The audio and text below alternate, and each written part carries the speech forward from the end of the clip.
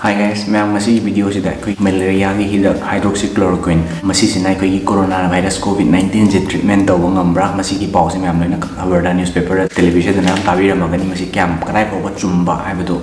मैं हम पन्ना ngasi की video से देखो मिना सी अदुगा कोई पैसा दागी कोई कोरोना वायरस से transmit तो वो ngambra है बती पोचे लेवे मतलब पैसा से दिया मनों पाए अदुगा पैसा से दा कोई make से transmit तो वो ngambra next ता कोई कोरोना वायरस ना लगा फरक पामी मजे अमुका ना कोरोना वायरस ना बंग ngambra हाइबदुगी मतंग दनिंग सिगी वीडियो से मैं पुना खमिना गदुसी मैं लोय बोतंग बियो मैं मसे आइबो हान बथिना बि पोरगा देगी मिन कनेस करा माइ थेम ए मेंस लाइफस्टाइल अमसुंग फिटनेस की मतंग वीडियो सेमजाइ द मैं मदुगी चैनल के तो पाम्बी बे यार गदि चैनल को सब्सक्राइब तो सन बियो सपोर्ट तो बिबोइना अदुगा मैं वीडियो से नोया गदि लाइक तो बिरमो कमेंट हाइबेरमो अदुगा मैं हमदा शेयर सु तो बिरो मैं पुना यौना फर्स्ट ता वीडियो जे सही क्वेश्चन ममांग दा इन हाइजेगी केनो मैं हमदा लाथ्रिङैदा ngasi bauta ngasi ki film toriba tarik 20 April 2020 bauta corona virus ki case worldwide na kam leiba ke habu thai petang haijara ke hana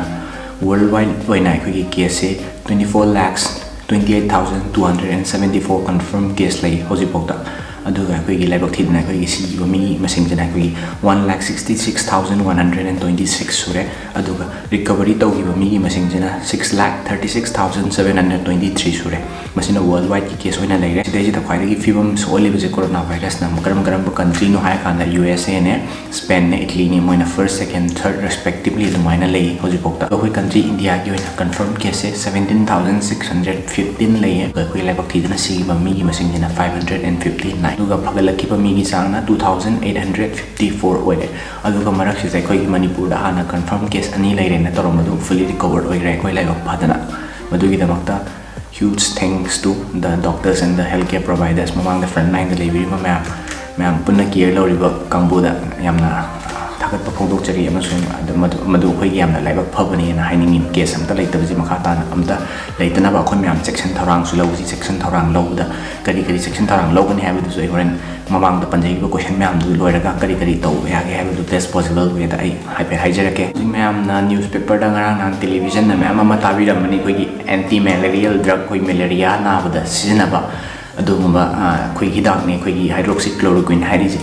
masi ma'am na tabira mani masi khoi American president khoi Donald Trump na India da ma'am ama lawgi bagi pawsu khoi India na support pi bagi pawsu ma'am tabira magani ado kari maram gi sizina ino kari maram gi lawi bano haibado ma'am na happy pudi happy tabira mani habidi masi gi keno sina khoi COVID-19 ji khara makai laksan mangami masi karai bo chumme habdo ni ngasi gi video sta kana doisi hydroxychloroquine ji laksan ene chloroquine na amale rami anti malarial drug se masi sina khoi side effect katang hen bai tare hydroxychloroquine ji dai duna ke do ya kan khoi France ki study amada khoi anaba 80 patients lawe bako aduduna masi 80 patients ji check to bai tare khoi hydroxychloroquine tablet anti malarial drug se tha bai tare aduga khara madana ki hydroxychloroquine tan thaba adai khara madana hydroxychloroquine se ki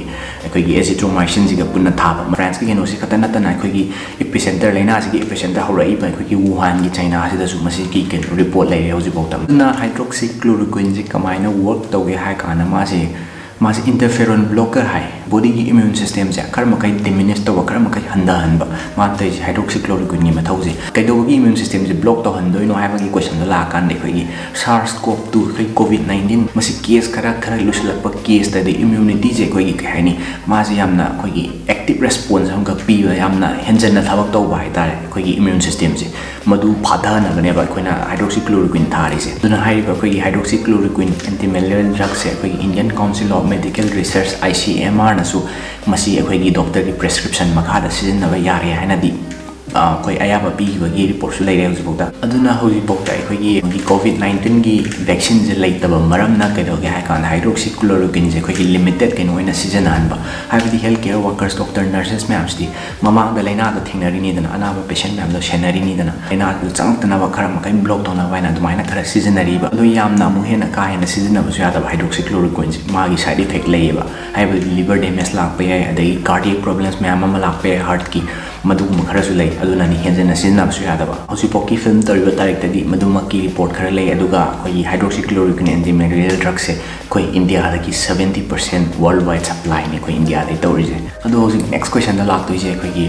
COVID-19 je khoi naraga pharurba halakpa mi amana COVID-19 je amoka infection to ngambra hai basini ꯍꯧꯖꯤꯛꯀꯤ ꯀ꯭ꯋꯦꯁꯟꯗꯨꯒꯤ ꯄꯥꯎꯈꯨꯝ ꯄꯤꯖꯕ ꯑꯣꯏꯅ ꯑꯩꯈꯣꯏꯒꯤ COVID-19ꯒꯤ ꯚꯥꯏꯔꯁꯁꯦ ꯑꯩꯈꯣꯏ corona ꯚꯥꯏꯔꯁꯁꯦ ꯃꯁꯤꯁꯤꯅ ꯑꯩꯈꯣꯏꯒꯤ ꯑꯇꯣꯞꯄ virus ꯑꯃꯒ virus ꯃꯈꯜ ꯃꯌꯥꯝꯁꯤ ꯂꯣꯏꯅꯃꯛ ꯚꯥꯏꯔꯁ ꯃꯈꯜ ꯃꯌꯥꯝꯁꯤ ꯗꯧꯅ ꯑꯦꯛ ꯇꯧꯕ ꯑꯣꯏꯔꯒꯗꯤ ꯀꯩꯗꯧꯒꯅꯤ ꯍꯥꯏ ꯀꯥꯟꯗ ꯚꯥꯏꯔꯁ ꯑꯃ ꯅꯥꯔꯨꯔꯒ ꯃꯤ ꯑꯃꯅ ꯐꯔꯛꯄ ꯃꯇꯝꯗ ꯃꯥꯒꯤ ꯏꯝꯌꯨꯅꯤꯇꯤ ꯈꯔ ꯗꯤꯚꯦꯂꯞ ꯇꯧꯋꯦꯕ ꯑꯩꯈꯣꯏ ꯕꯣꯗꯤꯁꯤꯗ ꯏꯝꯌꯨꯟ ꯁꯤꯁꯇꯦꯝ ꯈꯔ ꯀꯜꯂꯦꯕ ꯑꯗꯨꯗꯨꯅ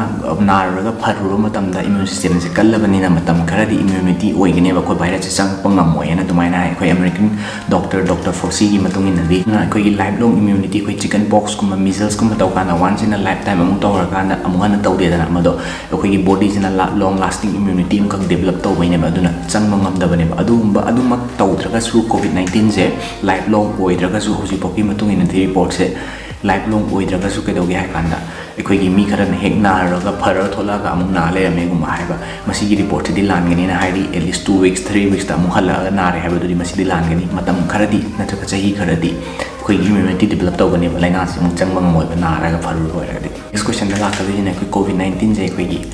ꯕꯦꯡꯛ ꯅꯣꯠꯁ ꯑꯗꯒꯤ ꯑꯩꯈꯣꯏ ꯀꯣꯏꯟꯗꯒꯤ ꯍꯥꯏꯕꯗꯤ ꯄꯩꯁꯥ ꯁꯦꯟꯗꯒꯤ ꯑꯗꯒꯤ ꯅꯠꯇ꯭ꯔꯒ ꯀꯣꯏꯟꯗꯒꯤ ꯂꯧꯅꯕ ꯉꯝꯕ꯭ꯔꯥ ꯍꯥꯏꯕꯁꯤꯅꯤ ꯋꯥꯔꯜ ꯍꯦꯜꯊ ꯑꯣꯔꯒꯅꯥꯏꯖꯦꯁꯟꯅ ꯀꯔꯤ ꯍꯥꯏꯔꯤ ꯍꯥꯏ ꯀꯥꯟꯗ ꯍꯧꯖꯤꯛꯐꯥꯎꯒꯤ ꯑꯣꯏꯅꯗꯤ ꯑꯦꯚꯤꯗꯦꯟꯁ ꯂꯩꯇꯦ ꯍꯥꯏ ꯂꯧꯅꯕ ꯉꯝꯗ꯭ꯔꯤ ꯍꯥꯏꯅ ꯃꯣꯏꯅ ꯍꯥꯏꯔꯤ ꯑꯗꯨꯃꯛ ꯑꯣꯏꯗꯨꯅꯒꯁꯨ ꯑꯩꯈꯣꯏꯒꯤ ꯃꯤ ꯑꯃꯅ ꯂꯣꯛ ꯈꯨꯗꯣꯔꯛꯄ ꯁ꯭ꯅꯤꯖꯤꯡ ꯇꯧꯔꯛꯄ ꯍꯥꯛꯊꯤ ꯈꯟꯗꯣꯔꯛꯄ ꯃꯇꯝꯗ ꯁꯔꯐꯦꯁꯇꯨꯗ ꯇꯥꯔꯒꯗꯤ ꯃꯗꯨ ꯁꯔꯐꯦꯁꯇꯨ ꯀꯟꯇꯥꯃꯤꯅꯦꯠ ꯇꯧꯏ ꯍꯥꯏ ꯍꯥꯏꯕꯗꯤ COVID-19 ꯅꯥꯕ ꯃꯤ ꯑꯃꯅ ꯑꯗꯨꯃꯥꯏꯅ ꯇꯧꯔꯒꯗꯤ ꯁꯔꯐꯦꯁꯇꯨ ꯀꯟꯇꯥꯃꯤꯅꯦꯠ ꯇꯧꯏ ꯍꯥꯏ ꯁꯦꯟ ꯑꯣꯏꯁꯅꯨ ꯑꯃ ꯑꯣꯏꯁꯅꯨ ꯑꯗꯨꯗꯨꯅ ꯀꯩꯒꯨꯝꯕ ꯃꯄꯥꯟꯗꯒꯤ ꯇꯞ ꯄꯥꯏꯅꯔꯨꯔꯒꯗꯤ ꯑꯦꯁ ꯑ ꯄ꯭ꯔꯤꯀꯣꯁꯟ ꯈꯨꯠ ꯍꯥꯝꯗꯣꯛꯄꯤꯌꯨ ꯈꯨꯠ ꯍꯥꯝꯗꯣꯛꯇꯕ ꯑꯣꯏꯔꯒꯗꯤ ꯃꯥꯏ ꯃꯤꯠ ꯅꯥꯇꯣꯟ ꯃꯁꯤꯒꯤ ꯖꯒꯥꯁꯤ ꯄꯥꯏꯕꯤꯒꯅ ꯆꯦꯛꯁꯤꯟꯕꯁꯤꯅ ꯐꯩ ꯍꯥꯟꯅꯁꯨ ꯑꯩꯅ ꯃꯃꯥꯡꯗ ꯍꯥꯏꯖꯈꯤꯕꯗꯨꯅꯤ ꯃꯤꯠ ꯅꯥꯇꯣꯟ ꯆꯤꯟꯁꯤꯗꯒꯤ ꯃꯍꯤꯛꯁꯤ ꯆꯪꯕꯅꯤ ꯑꯗꯨꯅ ꯃꯄꯥꯟꯗ ꯄꯣꯠ ꯆꯩ ꯄꯥꯏꯔꯨꯔꯒꯗꯤ ꯈꯨꯠ ꯍꯥꯝꯗꯣꯛꯄꯤꯌꯨ 60% 70% ꯑꯜꯀꯣꯍꯣꯜ ꯌꯥꯎꯕ ꯅꯠꯇ꯭ꯔꯒ ꯑꯩꯈꯣꯏꯒꯤ ꯁꯥꯄꯣꯟ ꯏꯁꯤꯡ ꯇꯧꯔꯒ 20 ꯁꯦꯀꯦꯟ ꯀꯨꯟꯃꯨꯛꯇꯤ ꯈꯨꯠ ꯐꯖꯅ ꯍꯥꯝꯗꯣꯛꯄꯤꯕ ꯃꯁꯤ ꯃꯊꯧ ꯇꯥꯏ ꯃꯊꯪ ꯄꯣꯏꯟꯗ ꯂꯥꯛꯆꯒꯗꯣꯏꯁꯦ ꯑꯩꯈꯣꯏꯅ ꯃꯄꯥꯟꯗ ꯄꯣꯠ ꯆꯩ ꯂꯩꯕ ꯃꯇꯝꯗ ꯀꯃꯥꯏꯅ ꯁꯦꯐꯂꯤ ꯂꯩꯒꯅꯤ ꯍꯥꯏ ꯀꯥꯟda according to World Health Organization at least mi amaga lepnaba matamda 1 meter di lapna lepiyo haibani 1 meter lap tuisi kaigino hai kana mamangda su hanjandana haijagre important oibani amuka su haijage haibadi akoina lok kudorapa hakthi khandorapa paiba akogi droplet particle mayam se akogi haujuki 1 meter gi distance bo paiba aduna at least 1 meter di lap thokragadi akogi mahik tuni yobu ngamde haiba COVID-19 coronavirus si katang dumme hai aduna hojiki jaga si yobu ngamdabagini koina 1 meter 2 meter lapna lepu pot leba matamda social distancing ana hai adumaina lepiyu aduga akogi mapandagi mina pairu bakoi basket ka tora koi saida budi basket se kya sina de adu oi taraga su basket kumba mina top na paira basket kumba pot lega adumaina hapaga build da oi taraga di basket to pairuga khut phajana hamdo piu hand sanitizer ama toraga yum yoraga pot to mun thambiro pot thambiro amuka su khunam do piu khutsi frequently yam hamba sineba mathau tarise according to World Health Organization amuka su kogi food amasung kogi food packaging koina sana thanaba adagi sana thanaba packet koina sana thanaba packet cha sidagi de kogi evidence like the high mai ke longna bangam bagi evidence like de na hairi silapda koi amuka su hana su hanjan na haija ga bani amuka su haija ge akoi coronavirus ki symptoms se akoi coronavirus ki maina saksang na change hai kanda mit naton chin jidagi akoi lokhum akoi COVID-19 naba mi amena lokhujala ka ma particle dun akoi mai da taba natraga surface ama taba surface tu dagi akoi na paira ga khutuna mai da mit paira kanda adu maina longna ma adu ga akoi surface ta di at least for 24 hours chapchana di hai ngamdri adu 24 hours di hingba ngamena hai aduna akoi mapan da pochai pairu ba matam da khunam to ma thau tai nam ko su laksari aduna akoi gi anaba mi oragadi habadi lok hakthi khan mi oragadi mapan thok matam da natraga yum da top mi ga lemina ba matam da mask ma upiu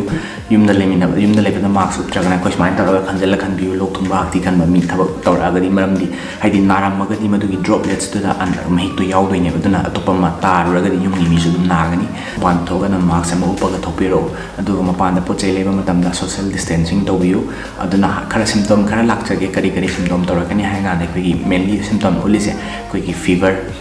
koi la horokpa adagi koi ki khanau sore throat koi khanau nawa adagi koi ki runny nose koi ki naton mehi taba masi khara jini adagi atopa symptom yamna minimal symptoms ta kari no hai kana koi diarrhea tobugumba adagi body pain gumba tobugumba singma symptom khara lei aduna symptom sing ki tobiraga di koi healthcare provider ga da phone toroga thangbiba na hoji COVID-19 nagi matau karam na koi na labna leigani hai pa kanda first ta koi tobudab se kut am hamdok biba wash your hands kut toin hamdok biba seconds with soap and water akoi gi second kundi koi sapon de sing tor ko ram dok biba aduga akoi gi mapana thoga na koi sapon sing pharak ta bani na koi gi at least 60% 70% yawa sanitizer ꯑꯩꯈꯣꯏ alcohol ꯌꯥꯎꯕ sanitizer ꯑꯃ ꯇꯧꯔꯒ ꯈꯨꯠ ꯁꯥꯟꯅ ꯍꯥꯝꯗꯣꯛꯄꯤꯕ public ꯄ꯭ꯂꯦꯁꯇ ꯄꯥꯏꯕ ꯃꯇꯝꯗ ꯑꯩꯈꯣꯏꯒꯤ social distancing ꯇꯧꯕꯤꯕ ꯑꯦꯠꯂꯤꯁ 1 ꯃꯤꯇꯔ 2 ꯃꯤꯇꯔ ꯂꯥꯞꯅ ꯂꯩꯕꯤꯕ ꯑꯗꯨꯅ ꯂꯣꯛ ꯈꯨꯔꯒꯗꯤ ꯍꯥꯛꯊꯤ ꯈꯜꯂꯒꯗꯤ ꯃꯥꯛꯁ ꯎꯞꯄꯤꯌꯨ ꯃꯤꯉꯣꯟꯗ ꯃꯥꯛꯁ ꯎꯞꯄꯤꯁꯦ ꯑꯩ ꯄ꯭ꯔꯣꯇꯦꯛ ꯇꯧꯖꯅꯕ ꯅꯠꯇꯦ ꯃꯤꯗꯨꯕꯨ ꯑꯩꯉꯣꯟꯗꯒꯤ ꯄ꯭ꯔꯣꯇꯦꯛ ꯇꯧꯅꯕꯅꯤ ꯃꯁꯤꯃ ꯈꯪꯖꯟꯕꯤꯌꯨ ꯃꯁꯤ ꯀꯥꯎꯕꯤꯒꯅꯨ ꯅꯦꯛꯁ ꯄꯣꯏꯟꯇ ꯂꯥꯛꯆꯒꯗꯣꯏꯁꯦ ꯏꯝꯃ꯭ꯌꯨꯟ ꯁꯤꯁꯇꯦꯝ ꯀꯟꯈꯠꯍꯟꯕ ꯏꯝꯃ꯭ꯌꯨꯟ ꯁꯤꯁꯇꯦꯝ ꯀꯃꯥꯏꯅ ꯀꯟꯈꯠꯍꯟꯒꯅꯤ ꯑꯩꯈꯣꯏ ꯍꯤꯗꯥꯛ ꯆꯥꯔꯒ ꯀꯟꯈꯠꯍꯟꯕ ꯌꯥꯗꯦ ꯑꯗꯨꯅ ꯏꯝꯃ꯭ꯌꯨꯟ ꯁꯤꯁꯇꯦꯝ ꯀꯃꯥꯏꯅ ꯀꯟꯈꯠꯍꯟꯒꯅꯤ ꯍꯥꯏ ꯀꯥꯟꯗ ꯑꯦꯛꯁꯔꯁꯥꯏꯁ ꯈꯔ ꯌꯥꯝ ꯇꯧꯕꯤꯕ ꯑꯗꯒꯤ ꯑꯐꯕ ꯆꯤꯟꯖꯥꯛ ꯆꯥꯕꯤꯕ ꯑꯗꯒꯤ ꯐꯖꯅ ꯇꯨꯝꯕꯤꯕ ꯔꯦꯁ ꯐꯖꯅ ꯃꯇꯝ ꯇꯧꯕꯤꯕ ꯏꯁꯤꯡ ꯐꯖꯅ ꯊꯛꯄꯤꯕ ꯃꯁꯤꯒꯤ ꯈꯔꯁꯤ ꯇꯧꯔꯒꯗꯤ ꯏꯝꯃ꯭ꯌꯨꯟ ꯁꯤꯁꯇꯦꯝ ꯌꯥꯝꯅ ꯀꯟꯒꯅꯤ ꯂꯩꯅꯥ ꯇꯤꯟꯅꯥ COVID-19 ꯈꯛꯇ ꯅꯠꯇꯅ ꯑꯇꯣꯞꯄ ꯂꯩꯅꯥ ꯇꯤꯟꯅꯥ ꯆꯪꯉꯛꯑꯒꯁꯨ ꯌꯥꯝ ꯊꯤꯅ ꯐꯥꯏꯠ ꯇꯧꯕꯗ ꯌꯥꯝꯅ ꯊꯤꯅ ꯅꯨꯡꯉꯥꯏꯒꯅꯤ ꯀꯟꯒꯅꯤ ꯀꯥꯟꯅꯒꯅꯤ ꯑꯗꯨꯒ ꯅꯦꯛꯁ ꯄꯣꯏꯟꯇ ꯑꯩꯈꯣꯏꯒꯤ ꯃꯌꯥꯝꯅ ꯅ꯭ꯌꯨꯁꯀꯗꯤ ꯇꯥꯕꯤꯔꯝꯒꯅꯤ ꯑꯩꯈꯣꯏꯒꯤ 5G ꯃꯣꯕꯥꯏꯜ ꯅꯦꯠꯋꯥꯔꯛꯁꯤꯅ ꯑꯩꯈꯣꯏꯒꯤ ꯀꯣꯔꯣꯅꯥ ꯚꯥꯏꯔꯁꯁꯤ ꯇ꯭ꯔꯥꯟꯁꯃꯤꯠ ꯇꯧꯕ ꯉꯝꯗꯦ ꯍꯥꯏꯕꯁꯤꯃ ꯑꯗꯨꯒ ꯏꯚꯤꯗꯦꯟꯁ ꯂꯩꯇꯦꯀꯣ ꯃꯁꯤ ꯀꯝꯄ꯭ꯂꯤꯠ ꯍꯥꯏ ꯃꯁꯤ ꯂꯩꯇꯦ ꯏꯚꯤꯗꯦꯟꯁ ꯂꯩꯇꯦ ꯇ꯭ꯔꯥꯟꯁꯃꯤꯠ ꯇꯧꯕ ꯉꯝꯗꯦ ꯑꯩꯈꯣꯏꯒꯤ ꯃꯣꯕꯥꯏꯜꯒꯤ ꯀꯩꯅꯣꯁꯤꯗꯤ ꯔꯦꯗꯤꯑꯣ ꯋꯦꯕꯅꯤ ꯃꯗꯨꯗꯨꯅ ꯍꯛꯆꯥꯡ ꯃꯣꯏꯅ ꯀ꯭ꯂꯦꯝ ꯇꯧꯔꯤꯁꯦ ꯑꯩꯈꯣꯏꯒꯤ 5Gꯁꯤꯅ somehow ꯑꯩꯈꯣꯏꯒꯤ ꯕꯣꯗꯤꯒꯤ ꯏꯝꯃ꯭ꯌꯨꯟ ꯁꯤꯁꯇꯦꯝꯁꯤ ꯁꯣꯟꯊꯔꯤꯉꯩꯗꯨꯗ ꯀꯣꯔꯣꯅꯥ ꯚꯥꯏꯔꯁ ꯆꯪꯉꯦꯅ ꯑꯗꯨꯃꯥꯏꯅ ꯀ꯭ꯂꯦꯝ ꯇꯧꯏ ꯑꯗꯨꯒꯨꯝꯕ ꯂꯩꯇꯦ ꯉꯁꯤ ꯚꯤꯗꯤꯑꯣꯒꯤ ꯃꯇꯥꯡ ꯁ꯭ꯋꯥꯏꯗ ꯂꯣꯏꯁꯤꯟꯖꯔꯒꯦ ꯃꯌꯥꯝꯅ ꯀꯥꯟꯅꯩ ꯈꯜꯂꯒꯗꯤ ꯂꯥꯏꯛ ꯇꯧꯕꯤꯔꯝꯃꯣ ꯁꯤꯌꯔ ꯇꯧꯕꯤꯔꯣ ꯑꯗꯨꯒ ꯁꯣꯅꯥꯀꯟꯒꯤ ꯚꯤꯗꯤꯑꯣꯁꯤꯅ ꯀꯣꯔꯣꯅꯥ ꯚꯥꯏꯔꯁꯀꯤ ꯃꯇꯥꯡꯗ ꯍꯦꯛ ꯈꯪꯕ ꯌꯥꯕ ꯃꯈꯩ ꯀꯣꯔꯣꯅꯥ ꯚꯥꯏꯔꯁꯁꯤꯗ ꯑꯁꯤꯗ ꯂꯣꯏ ꯌꯥꯎꯔꯕꯅꯤ ꯌꯦꯡꯕꯤꯌꯨ ꯁꯣꯅꯥꯀꯟꯒꯤ ꯚꯤꯗꯤꯑꯣꯁꯤꯅ ꯑꯩꯈꯣꯏ ꯂꯣꯛꯗꯥꯎꯟ ꯃꯅꯨꯡꯗ ꯕꯣꯔꯤꯡ ꯆꯨꯔꯒꯗꯤ ꯀꯔꯤ ꯇꯧꯕ ꯌꯥꯒꯦ ꯍꯥꯏꯕꯗꯨꯅꯤ ꯁꯤꯒꯤ ꯃꯈꯥꯒꯤ ꯁꯣꯅꯥꯀꯟ ꯊꯣꯛꯏꯁꯤꯅ ꯑꯩꯈꯣꯏꯒꯤ ꯀꯣꯔꯣꯅꯥ ꯚꯥꯏꯔꯁ ꯃꯅꯨꯡꯗ ꯏꯝꯃ꯭ꯌꯨꯟ ꯁꯤꯁꯇꯦꯝ ꯀꯃꯥꯏꯅ ꯀꯟꯒꯅꯤ ꯍꯥꯏꯕꯗꯨꯗ ꯍꯣꯝ ꯋꯥꯔꯛꯑꯥꯎꯠ ꯁꯤꯗꯩꯁꯤꯗ ꯂꯣꯏ ꯌꯥꯎꯔꯕꯅꯤ ꯁꯤ ꯆꯦꯛ ꯇꯧꯕꯤꯌꯨ ꯃꯌꯥꯝ ꯉꯁꯤ ꯚꯤꯗꯤꯑꯣꯒꯤ ꯃꯇꯥꯡꯁꯤꯗ